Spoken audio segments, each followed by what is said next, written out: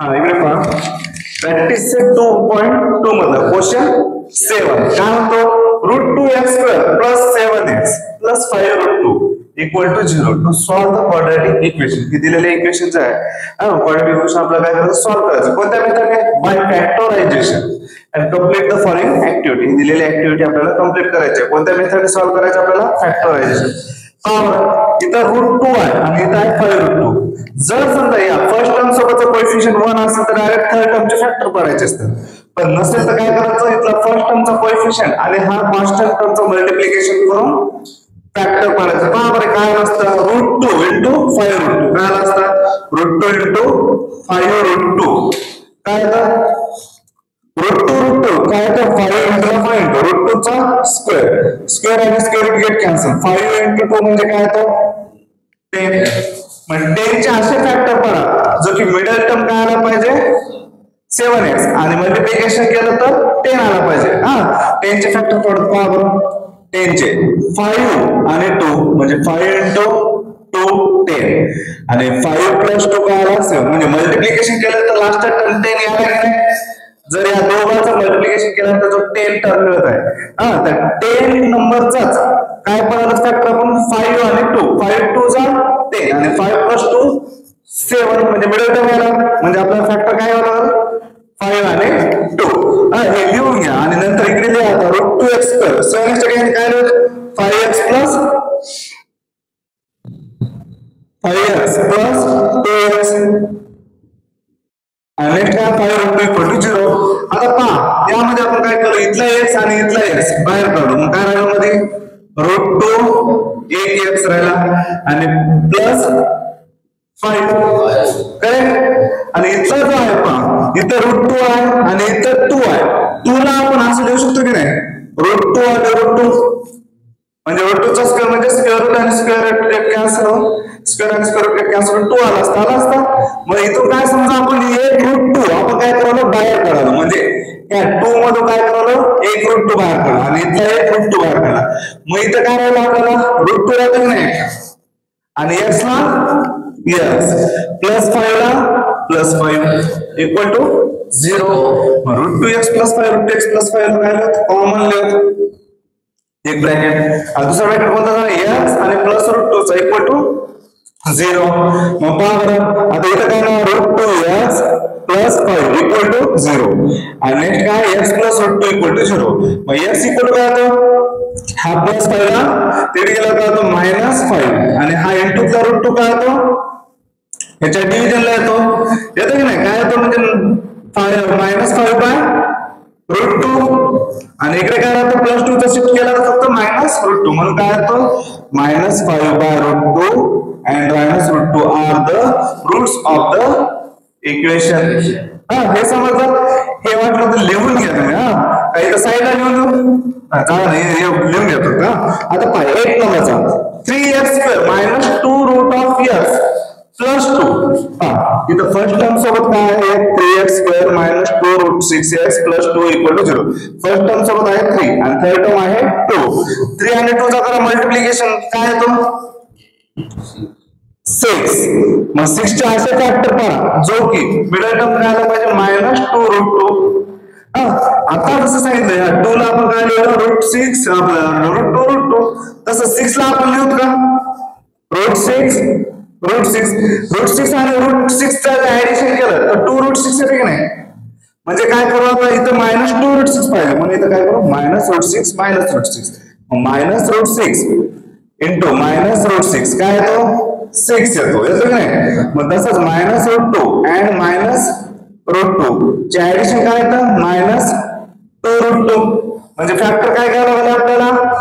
-√6 -√6 आणि -√6 काय येतं -2√6 येतं की नाही. मग आपल्याला इथं काय घेतो -2√6 च्या ठिकाणी -6 आणि -√6 वगैरे घेतो. 3x² -√6x -√6x + 2 = 0. मग नेक्स्ट काय होईल इथं पहा इथून काय निघाल कॉमन 3. याच्यातून पहा इथून आपण दुसरं काय करू शकतो कॉमन √3 x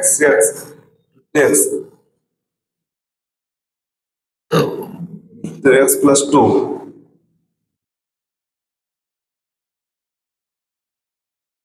ला काय लिहू शकतो काय कॉमन काय निघते का Yes. हा x का हो x निघतो आणि तुझा नेक्स्ट याच्यातले स्टेप कोणत्या टाइप मध्ये येऊ शकतो बघा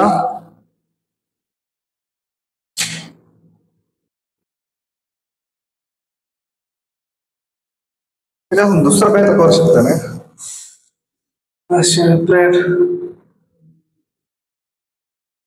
असं करून पाहू का √3 ला आपलं 3 ला √3 इंटू x स्क्वेअर आणि √6 ला काय येतं √3 इंटू √2 चालेल सेपरेट पहा बरं 3 ला काय झालं √3 इंटू √3 x स्क्वेअर ला x स्क्वेअर पुन्हा √6 ला काय झालं √3 इंटू √2 म्हणजे √6 होते आणि x ला x मायनस इथे तसंच √3 इंटू √2 इंटू x प्लस √2 ला काय √2 इंटू √2 इक्वल टू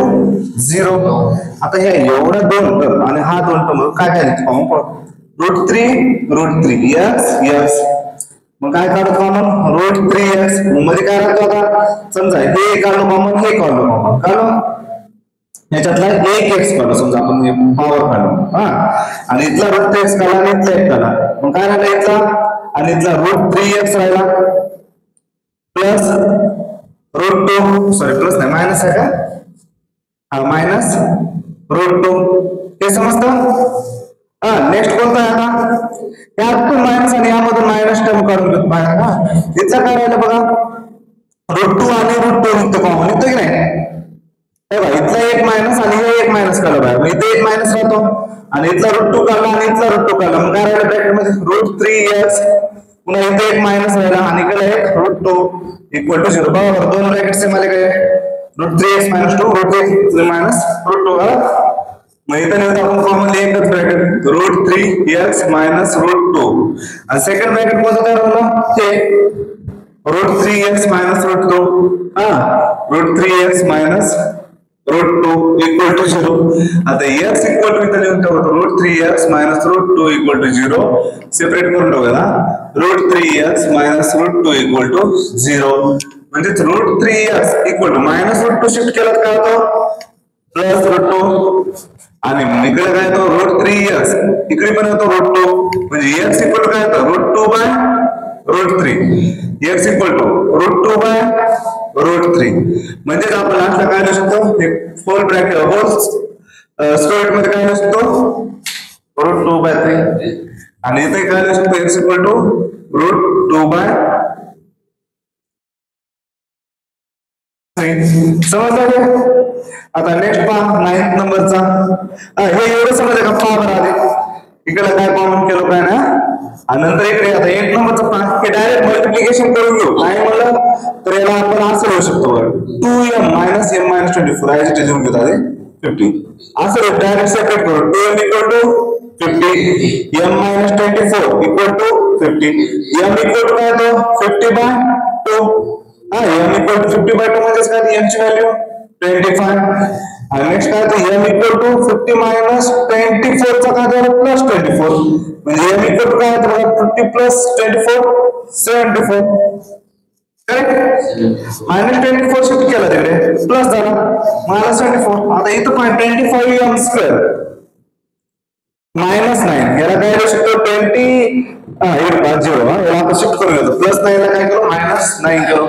आता मला सांगा ठीक आहे 25m स्क्वेअर 5 चा स्क्वेअर आहे की नाही आणि m 5m ब्रॅकेटचा स्क्वेअर मायनस हे कशाचा स्क्वेअर आहे 3 चा square equal to 0 a square - b square म्हणजे काय एक फॉर्म्युला बघा a स्क्वेअर - b स्क्वेअर हे प्लस b आणि a - b मग इथं कसं देऊन ठेवतो त्याच फॉर्म मध्ये 5m + 3 आणि 5m - 3 इक्वल टू 0 मग 5m + 3 इक्वल टू 0 और 5m - 3 इक्वल टू 0 म्हणजे नेक्स्ट काय होईल 5m इक्वल टू +3 चा शिफ्ट केला तर काय होतं -3 और 5m इक्वल टू -3 चा शिफ्ट केला तर +3 म्हणजे m इक्वल टू काय आला -3/5 आणि m इक्वल टू आला 3/5 5 समजलं हे दोन रूट्स. आता हे पण तेच आहे same 7m² minus 21m equal to 0 plus 21m चा शिफ्ट केला मायनस 21m. मग पहा त्याच्यात 7 कॉमन काढून बाहेर मग काय राहतो मध्ये m² minus m² minus 3 7m काढत ना बाहेर आपण असं करतो त्याच्यातून 7m बाहेर काढा m मायनस 3 इक्वल टू 0 इथला 7m निघाला आणि इथला पण 7 3 चा म्हणजे 7 येतो म्हणून 7 आणि इथला m काढून टाकला मग काय राहिला ब्रॅकेट मध्ये इथे एक m राहिला आणि इथे 3 राहिला मग 7m इक्वल टू 0 लिहतो आणि m minus 3 equal to 0 m equal to 0 by 7 आणि इकडे काय होतं m इक्वल टू 3 म्हणजे m इक्वल टू 0 आला आणि दुसरा एक आला m इक्वल टू 3 करा हे समजलं.